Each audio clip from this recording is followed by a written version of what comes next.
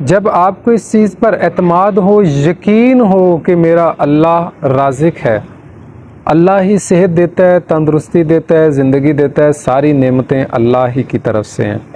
آپ کا یقین کامل ہے اور آپ کوشش کریں، ایفرٹ کریں، حلال ذرائع اختیار کریں، آپ کو اس کا ثواب بھی ہوگا۔ ناجائز نہ کریں، ناجائز کریں گے تو مذہب بھی اس چیز سے منع کرتا ہے اور معاشرہ اور قانون بھی اس چیز سے روکتا ہے کہ آپ غلط ذرائع سے اپنی دنیا کو بہتر بنانے کے لیے کوشش کریں گے تو آپ پکڑے جائیں گے،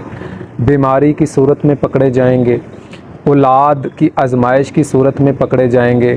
افلاس اور ڈر کی صورت میں پکڑے جائیں گے، ذہنی بیماریوں کی صورت میں پکڑے جائیں گے، اور آگے جا کے بھی آپ کی پکڑ بہت سخت ہوگی۔ دنیا کو پرسکون کرنا چاہتے ہیں، اس کے لیے حلال ذرائع سے کوشش کریں جو آپ کے لیے جائز ہے،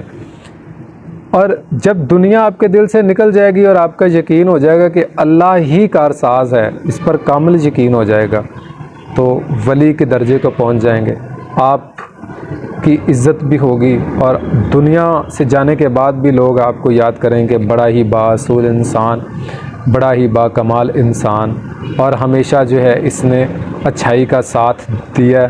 اور آخرت میں بھی جا کے جو اللہ تعالیٰ آپ کو انعامات دے گا وہ تو ہماری سوچ سے بھی اوپر کے ہیں۔ تو لہٰذا اپنا یقین کامل رکھیں، اور ہر انسان کو حق ہے کہ وہ ولی بنے،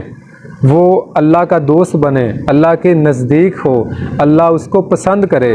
یہ ہر انسان کی خواہش ہے، اور اس کو پورا کرنے کے لیے ضروری ہے کہ دنیا کا طمع آپ کے دل میں نہ ہو، دنیا کی خواہشات